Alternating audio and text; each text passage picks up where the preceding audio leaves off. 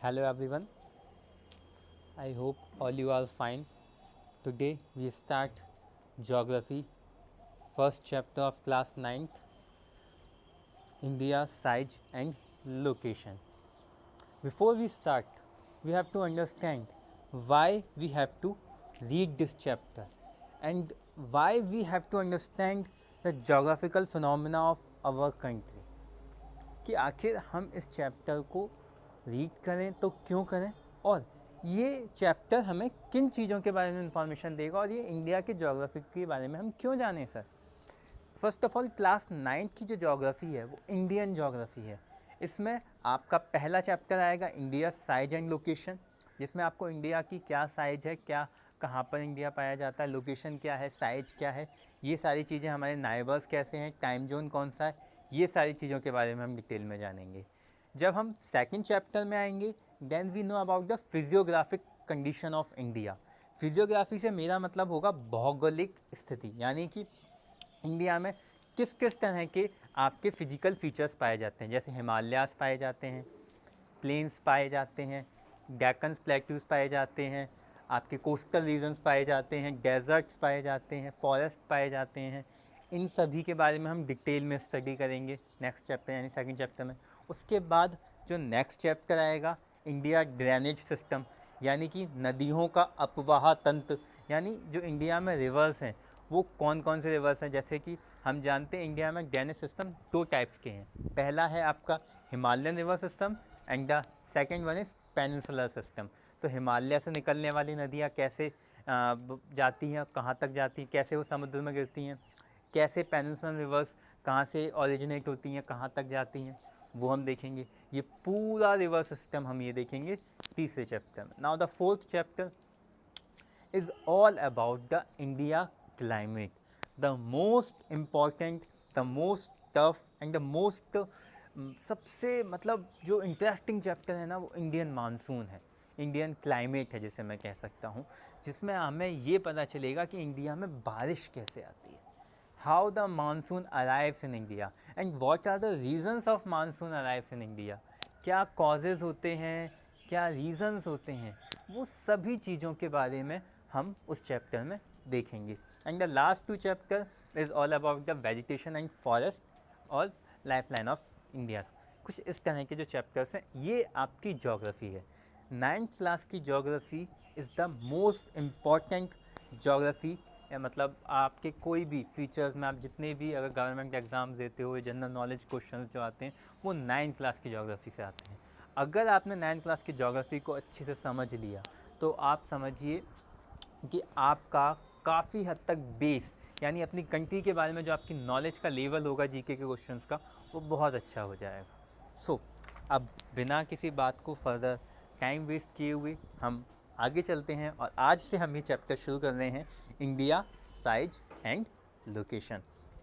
तो जो सबसे पहला सवाल मैंने आप लोगों से पूछा था या आप लोगों ने मुझसे पूछा था कि सर हम इस चैप्टर को रीड क्यों करें और इस चैप्टर का नाम से क्या मतलब है, इंडिया साइज एंड लोकेशन। देखो बेटा, जब हमारा कहीं पर घर होता है तो हमें उसकी पूरी लोकेशन, उसके साइज के बारे में पूरी तरह से पता होता है कि सर मेरा घर जो है वो 125 वर्ग फुट में, यानी कि 125 गज में बना हुआ, गज में बना हुआ, 125 गज में बना हुआ है, 125 गज में बना हुआ है, सबको पता होता है। सर 2 स्टोरी है, 4 स्टोरी मकान है मेरा। उसके बाद लोकेशन, सर मेरा घर TYC में, सर मेरा घर कहीं पर है, मेरा घर कहीं पर है। तो आपको अपने घर का साइज भी पता है, आपको अपने घर की लोकेशन भी पता है। जब हमें अपने घर के बारे में सारी इन्फॉर्मेशन पता है तो इंडिया भी तो एक तरह का हमारा होम है, तो हमें इंडिया के बारे में भी चीज़ें पता होनी चाहिए कि इंडिया का साइज क्या है, कितने इसका साइज है, नॉर्थ टू साउथ में कितने किलोमीटर एरिया में फैला हुआ है, ईस्ट से वेस्ट तक कितने एरिया किलोमीटर में फैला हुआ है। ठीक, उसके बाद लोकेशन क्या है सर वर्ल्ड के परस्पेक्ट में। अभी कोई कॉलोनी, जैसे कि हम जहाँ हमारा घर बना होता है वो एक कॉलोनी में होता है तो हम लोकेशन बता देते हैं। अब हमारा जो इंडिया है वो अर्थ है, अर्थ के अंदर है, तो अर्थ में हमारी लोकेशन कहाँ पर आती है, ये सभी चीज़ों के बारे में हम इस चैप्टर में देखते हैं। सो अब हम ये चैप्टर शुरू करते हैं। अब सबसे पहली चीज़ें मैं आपको अगर लोकेशन के बारे में बताऊंगा तो मुझे उसमें सबसे इम्पॉर्टेंट पॉइंट की ज़रूरत होगी वो है लैटिट्यूड्स एंड लॉन्गिट्यूड। ये क्लास 6 के चैप्टर में बताया जाता है। ये मैंने 6 क्लास के बच्चों को या जिन्होंने मुझसे 6 क्लास में स्टडी किया होगा उनको पता होगा। इसीलिए मैं आज पहले लैटिट्यूड्स और लॉन्गिट्यूड आपके क्लियर करवाऊँगा, तब हम इस चैप्टर को समझ पाएंगे। The basic phenomena you have to understand the learning method you have. आपका लर्निंग का तरीका जितना अच्छा होगा, आपके कंसेप्ट उतने अच्छे होंगे और आपके मार्क्स उतने अच्छे आएंगे। सो सबसे पहले आपको बेसिक लैटिट्यूड और लॉन्गिट्यूड के बारे में जानना है। सबसे पहले हम देखते हैं लैटिट्यूड्स क्या होती हैं। Latitudes are the imaginary, next side में ये दिया हुआ है आपको, latitudes are the imaginary lines which are found in the globe. यानी ग्लोब के ऊपर जो इमेजिनरी लाइंस यानी ग्लोब के ऊपर जो इमेजिनरी हॉरिजॉन्टल लाइंस होती हैं, जो आपकी ईस्ट से वेस्ट डायरेक्शन में फ्लो करती हैं, इस तरह से ईस्ट से वेस्ट डायरेक्शन में हॉरिजॉन्टल हैं, इमेजिनरी लाइंस हैं, इनको हम कहते हैं लैटिट्यूड। अब इसके क्या फीचर्स होते हैं वो देख लेते हैं। फर्स्ट ऑफ ऑल, ये जो लैटिट्यूड लाइंस होती है जो हमारे अर्थ को दो इक्वल पार्ट में डिवाइड करती है। The upper part is called as the northern hemisphere and the lower part is called the southern hemisphere. Latitude sir is a horizontal imaginary lines which are found in the globe. I am telling again and again in a globe. Why? Because it is a imaginary lines. ये हम लोगों ने बनाई है imaginary lines अपने uses के लिए। अगर आप कभी एस्ट्रोनॉट बनते हो और आप अर्थ के बाहर जाकर देखते हो और आप ये फाइंड आउट करने की कोशिश करते हो कि where is the latitudinal lines, तो there is a no latitudinal lines on the earth, but we have made it for our purposes, for our usages. क्या यूजेस होते हैं वो भी हम देखते हैं। सबसे पहले आपको इतना समझना है कि लैटिट्यूडनल्स क्या होती हैं। तो latitudinal lines imaginary horizontal lines होती हैं जो ग्लोब पर पाई जाती हैं। ये पैरेलल होती हैं एक दूसरे के, they are moving from east to west direction, और जैसे जैसे ये पोल्स के करीब जाती हैं इनका जो डिस्टेंस है वो कम होता चला जाता है। मतलब लाइन की जो लेंथ होती है पोल्स के करीब वो सबसे कम होती है। जैसे कि हम इस ग्लोब में देखेंगे तो इस ग्लोब में आप देखोगे कि जो इक्वेटर पे है ये सबसे लंबी लाइन होगी, ठीक। और ये जो इक्वेटर की लाइन होती है ये हमारे ग्लोब को दो इक्वल पार्ट में डिवाइड करती है। अपर part is northern and lower part is southern hemisphere, and the next line is 23.5 degree in north. 0, 10, 20, 30, 40, 50, 60, 70, 80, 90 degree तक नॉर्थ में होती है, 90 डिग्री तक साउथ में होती है। टोटल कितनी होती हैं ये? 181, 90, 90 एंड 1, तो कितनी हो गई? 181। ये हो गई आपकी लैटिट्यूडनल लाइन्स। देखो यहाँ पे मैं डिटेल में इसके नहीं जाऊँगा, इसके लिए क्लास 6 का चैप्टर देखना होगा, उसका डिटेल आपको वहीं पर मिलेगा। इसमें सिर्फ आपको मैं लैटिट्यूडनल लाइन्स बता दे रहा हूँ कि क्या होती हैं। अब हम देखते हैं लैटिट्यूडनल्स के बाद लॉन्गिट्यूड्स। लॉन्गिट्यूड्स क्या होती हैं? Longitudes are the vertically imaginary lines on the globe. Longitudes क्या होती हैं? ये आपकी वर्टिकली इमेजिनरी लाइंस हैं। लैटिट्यूड क्या आती हैं? हॉरिजॉन्टली। लॉन्गिट्यूड्स क्या हो गई? वर्टिकली। ये दोनों ही इमेजिनरी लाइंस हैं। अब लैटिट्यूड कैसे जाती थी? ईस्ट से वेस्ट तक। लॉन्गिट्यूड कैसे जा रही है? नॉर्थ से साउथ तक। मेजर डिस्टेंस ईस्ट और west of the prime meridian. अब मेन चीज़ क्या होती है कि वो हमें नॉर्थ और साउथ में डिवाइड कर रही थी। ये लॉन्गिट्यूड हमें क्या करती है? जो इसका राइट हैंड साइड वाला पार्ट होता है वो ईस्ट डायरेक्शन होता है, लेफ्ट हैंड साइड वाला जो पार्ट होता है वो वेस्ट डायरेक्शन होता है। 0 से लेके ये यहाँ से लाइन शुरू होती है और पीछे तक यानी कि आपका ग्लोब तक जाती है, तो 180 डिग्री ईस्ट डायरेक्शन में और 180 डिग्री वेस्ट डायरेक्शन में। तो टोटल लॉन्गिट्यूडनल लाइंस कितनी होती हैं? 360। कितनी होती हैं? 360। Are farthest apart at the equator and meet at the poles. अब ये पैरेलल्स नहीं होती बेटा। क्यों नहीं होती? क्योंकि इक्वेटर के पास इनके बीच के जो डिस्टेंस होता है वो सबसे ज़्यादा होता है। As we have seen here, this is the equator. यहाँ पे आप देख रहे हो इनके बीच का जो डिस्टेंस है वो सबसे ज़्यादा है, और पोल्स पे जाकर ये आपस में मीट कर देती हैं, आपस में मिल जाती हैं। इसीलिए हम लॉन्गिट्यूडनल लाइंस को पैरेलल लाइंस नहीं कहेंगे, जबकि जब आपने लैटिट्यूडनल लाइंस देखी थी तो वो कहीं भी आपस में मीट नहीं कर रही थी, तो वो कैसे थे, पैरेलल थे, जबकि लॉन्गिट्यूडनल लाइंस पोल्स पे जाके मिल जाते हैं।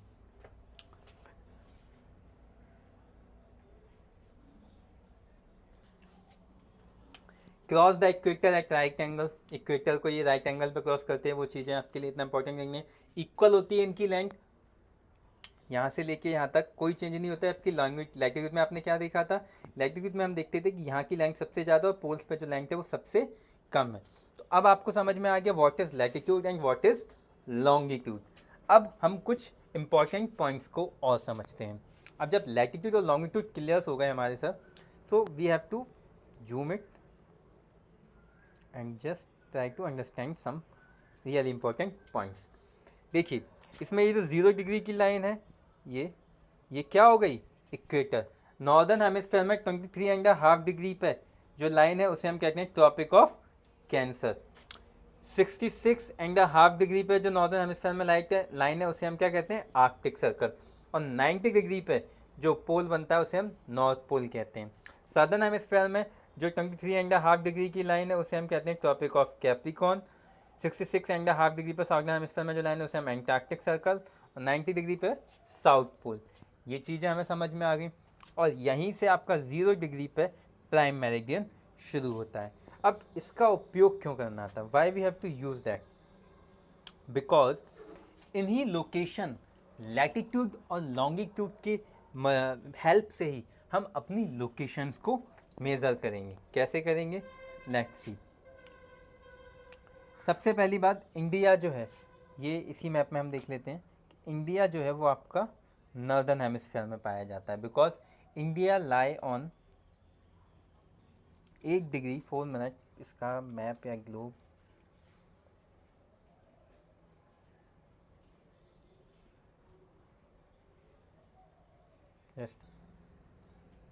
तो इसमें अगर हम ग्लोब में देखें इंडिया को, तो हम देखेंगे कि इंडिया आपका कौन से हेमिस्फीयर में आ रहा है, 0 डिग्री इक्वेटर के नॉर्दर्न हेमिस्फीयर में।